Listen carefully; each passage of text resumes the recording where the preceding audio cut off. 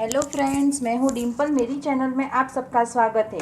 आज मैं आपको सोया चंक्स के कोफ्ते घर पर कैसे बनाते हैं वो मैं आपको बताने वाली हूँ। ये बनाना बहुत ही आसान है और जब चाहो तब आप इसे घर पर बना सकते हो। इसमें बहुत वक्त भी नहीं लगता है और इसकी प्रिपरेशन करने में भी बहुत टाइम नहीं लगता है। इतने जब मन चाहो तब आप इसे बना सकते हो। ये बनाना बहुत ही आसान है। तो चलिए जानते हैं इसे कैसे बनाते हैं। मेरा वीडियो अच्छा लगे तो लाइक करें, शेयर करें, कमेंट करें और मेरी चैनल को सब्सक्राइब करना ना भूलें। तो चलिए शुरू करते हैं। सोया चंक्स बनाने के लिए यहाँ पे मैंने 2 घंटे पहले सोया चंक्स को नमक के पानी में इस तरह से भिगो कर रखा था। तो इस तरह से भीगने के बाद हमें सोया चंक्स को इस तरह से पानी में से निकाल कर इसे इस तरह से निचोड़ कर सोया चंक्स को निकाल लेना है पानी में से। यहाँ पे मैंने सभी सोया चंक्स को पानी में से निकाल लिया है और हमें इस बात का ध्यान रखना है कि बिल्कुल भी इसमें पानी नहीं रहना देना चाहिए, क्योंकि पानी रहने दोगे तो सोया चंक्स के कोफ्ते अच्छे नहीं बनेंगे। और अगर आपके पास टाइम की कमी हो तो आप गुनगुने पानी में भी इसे भिगोकर आधी घंटे के लिए रख सकते हो। मैंने तो यहाँ पे 2 घंटे के लिए भिगो कर रखे थे। अगर आपके पास टाइम की कमी हो तो गुनगुने पानी के अंदर भिगो कर रख सकते हो। तो यहाँ पे इस तरह से पानी को हमें सोया चंक्स में से रिमूव कर देना है। उसके बाद हमें एक मिक्सी जार लेना है। उसके अंदर हम ये सोया चंक्स को ग्राइंड करेंगे। हमें एकदम फाइन ग्राइंड नहीं करना है, थोड़ा दरदरा ग्राइंड करना है।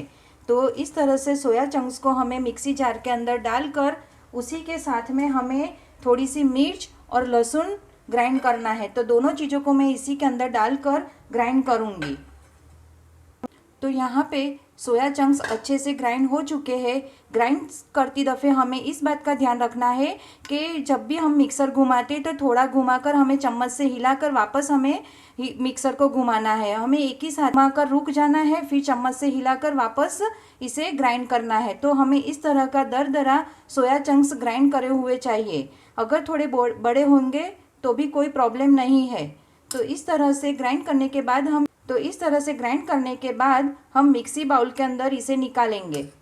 निकालने के बाद हम इसके अंदर मसाले ऐड करेंगे। तो 1 चम्मच लाल मिर्च पाउडर, आधी टेबलस्पून हल्दी पाउडर, उसके बाद 1 टेबलस्पून गरम मसाला, उसके बाद आधी टेबलस्पून धना पाउडर, उसके बाद हम इसके अंदर ऐड करेंगे बारीक कटी हुई थोड़ी सी प्याज। के बाद 1 टेबलस्पून बेसन डालेंगे बाइंडिंग के लिए।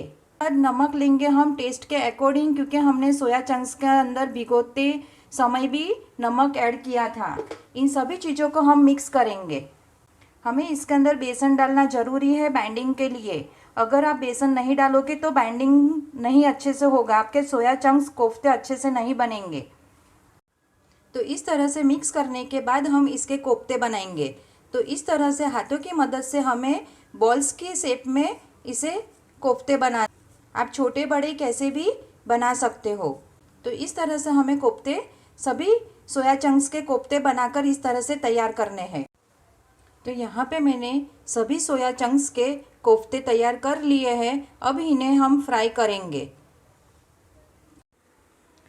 तो यहाँ पे मैंने तेल को गरम करने रख दिया है और हमें तेल गरम करते दफ़े ये बात का ध्यान रखना है कि फ्लेम को हमें मीडियम रखना है।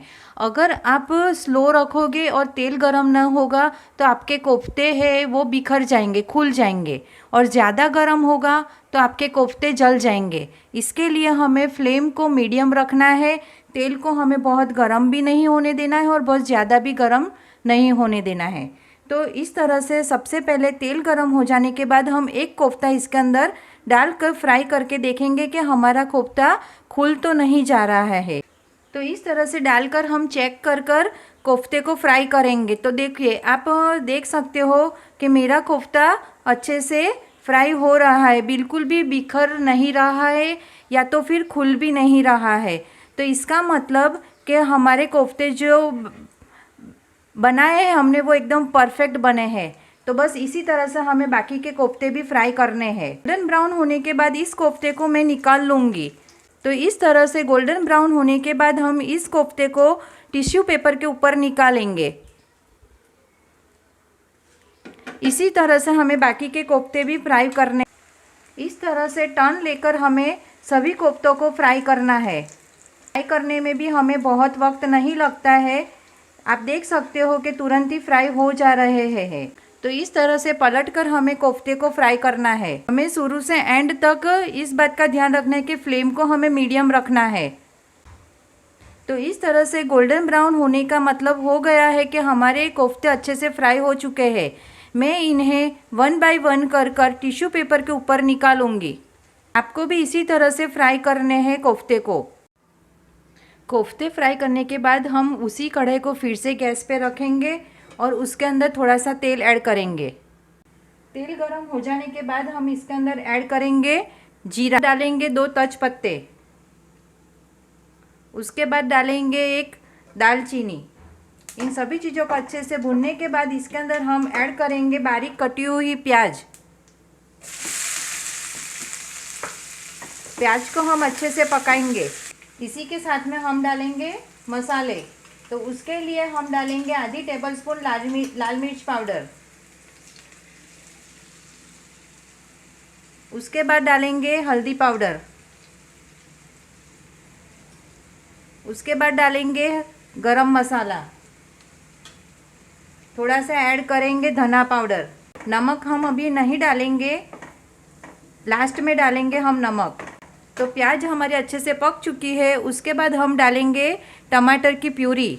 टमाटर की प्यूरी अगर आप न डालना चाहो तो बारीक टमाटर काटकर भी आप इसके अंदर डाल सकते हो। प्यूरी को हम अच्छे से पकाएंगे। जब तक हमारे किनारों पे तेल ऊपर नहीं आता है तब तक हम इसे अच्छे से पकाएंगे। तो यहाँ पे हमारी प्यूरी अच्छे से पक चुकी है। आप देख सकते हो कि तेल भी अच्छे से ऊपर आ गया है, देखिए। तो इसी स्टेज पे हम इसके अंदर थोड़ा सा इसके अंदर नमक ऐड करेंगे।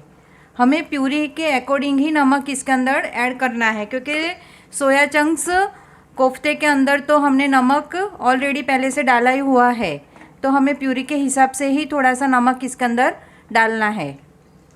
इस तरह से नमक मिक्स करने के बाद हमने जो कोफ्ते तैयार करे थे वो इसके अंदर ऐड करेंगे। तो इस तरह से कोफ्ते डालने के बाद हमें प्यूरी को इसके ऊपर इस तरह से प्यूरी को कोफ्ते के ऊपर डालना है, जिससे हमारे कोफ्ते के अंदर प्यूरी एब्जॉर्ब हो जाए। और थोड़ी सी देर के लिए हमें 2 मिनट के लिए इस तरह से डीप कर हमें कोफ्ते को रखना है और बाद में हमें इसे सर्व करना है, जिससे प्यूरी इसके अंदर एब्जॉर्ब हो जाए। तो इस तरह से डालकर सोया चंक्स कोफ्ते रेडी हो चुके हैं। तो इस तरह से कोफ्ते डालने के बाद हमें प्यूरी को इसके ऊपर इस तरह से प्यूरी को कोफ्ते के ऊपर डालना है, जिससे हमारे कोफ्ते के अंदर प्यूरी एब्जॉर्ब हो जाए। और थोड़ी सी देर के लिए हमें 2 मिनट के लिए इस तरह से डीप कर हमें कोफ्ते को रखना है और बाद में हमें इसे सर्व करना है, जिससे प्यूरी इसके अंदर एब्जॉर्ब हो जाए। तो इस तरह से डालकर सोया चंक्स कोफ्ते रेडी हो चुके हैं।